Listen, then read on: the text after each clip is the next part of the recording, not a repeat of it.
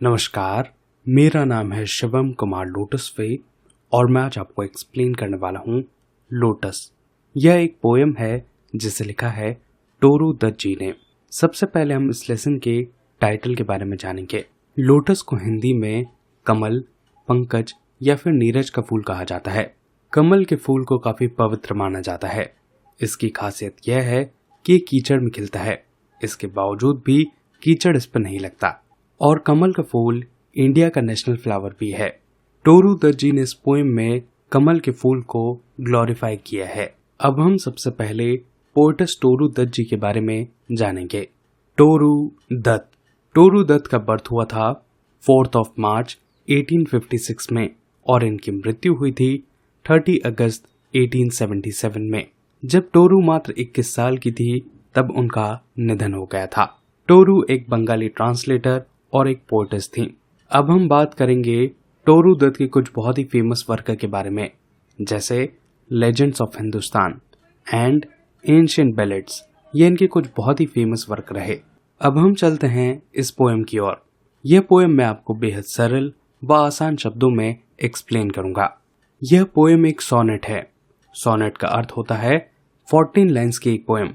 Poem की पहली 8 lines को ऑक्टेव कहा जाता है और नेक्स्ट 6 लाइन को सेस्टेट या फिर सेक्सटेट कहा जाता है। ऑक्टेव का मतलब होता है पोएम की पहली और 8वीं लाइन में 8 सुरों का अंतर होता है, जबकि नेक्स्ट 6 लाइन को सेस्टेट्स कहा जाता है, जो कि पोएम में एक घुमावदार परिवर्तन लाता है और यह किसी भाव को स्पष्टता से प्रकट करता है।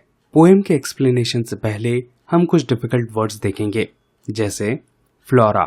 फ्लोरा को हिंदी में वन देवी या फिर वनस्पति कहा जाता है।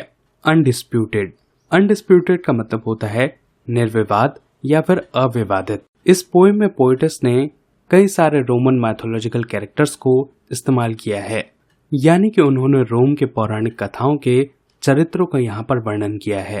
फर्स्ट लाइन में पोएटस कहती हैं, love came to Flora asking for a flower that would of flowers be undisputed queen. यानी प्यार के देवता क्यूपिड, जिन्हें लव भी कहा जाता है, वह वन देवी यानी कि फ्लोरा के पास आते हैं, जो कि जंगलों की देवी हैं, और उनसे एक ऐसे फूल की मांग करते हैं जो निर्विवादित तौर पर यानी कि बिना किसी झगड़े के वह सभी फूलों की रानी हो। The lily and the rose long long had been rivals for that high honour. Lily को हिंदी में नलिनी या फिर कुमुदी का फूल कहा जाता है और रोज को हिंदी में गुलाब का फूल कहा जाता है। लिली और रोज में एक लंबे समय से सम्मान और प्रतिष्ठा की प्रतिस्पर्धा रही है।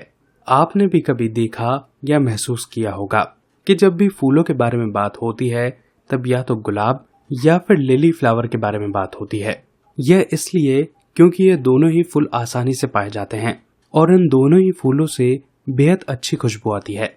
लेकिन अगर इन दोनों फूलों में से किसी एक फूल को चुनना पड़ जाए तो शायद बहुत मुश्किल होगा, और इसीलिए इन दोनों फूलों में एक प्रतिस्पर्धा छिड़ी हुई है कि कौन से फूल की ज्यादा इज्जत होनी चाहिए। अब हम चलते हैं नेक्स्ट स्लाइड पर। मेन का मतलब होता है रूप, छवि या फिर आकार, और साइकी का मतलब होता है चित्त या फिर मानसिकता। बोवर का मतलब होता है लता मंडप या फिर कुंज, और स्ट्राइफ का मतलब होता है झगड़ा या फिर विवाद। बार्ड्स ऑफ पावर हैड संग देयर क्लेम्स। बार्ड्स का मतलब होता है भाट या फिर कवि। ऐसे लोगों को बार्ड्स कहा जाता है जो कि पुराने समय में यात्रा करते हुए, सफर करते हुए गाना बजाना करते थे। पोएटस यहाँ पर यह कहती है कि कई सारे शक्तिशाली भाट और कवियों ने गीतों और गानों के जरिए अपने अपने दावे पेश किए हैं। कवि अपने गीत के जरिए कहते हैं कि लिली का फूल बेहतर है, तो कुछ कवि कहते हैं गुलाब का फूल बेहतर है। The rose can never tower like the pale lily with her Juno mien.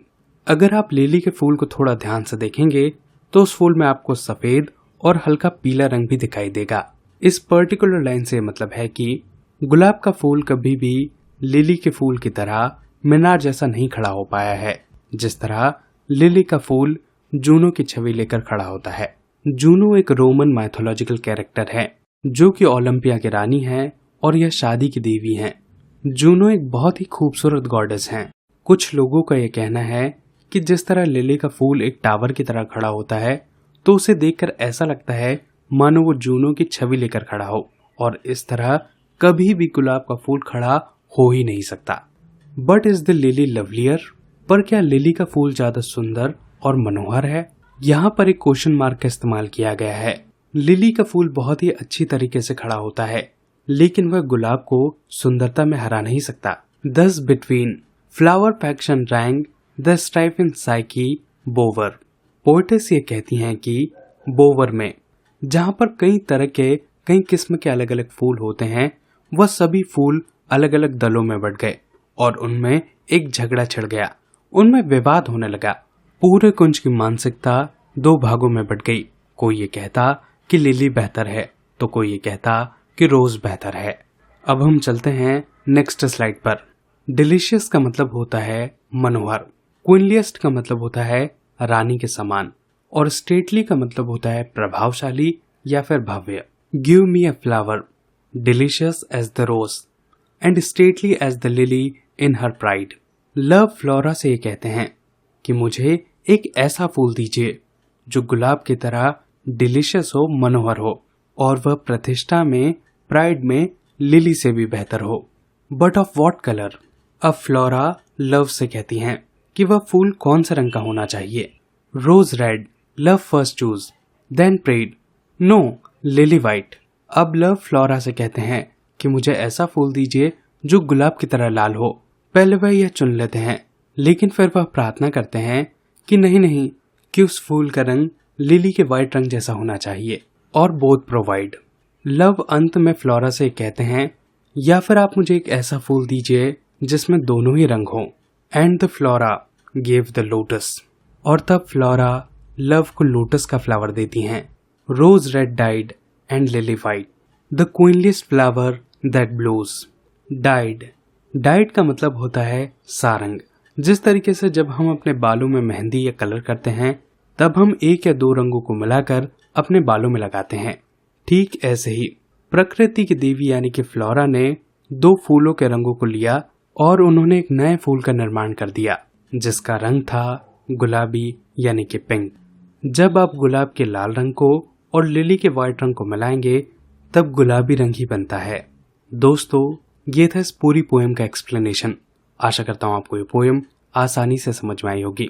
अगर आपको ये वीडियो अच्छा लगा हो तो प्लीज इसे लाइक कीजिए। अगर आप चैनल पर नए हैं तो प्लीज इसे सब्सक्राइब कीजिए। अपने आसपास सफाई बनाए रखें और एक पेड़ जरूर लगाएं। आप सभी का बहुत बहुत धन्यवाद।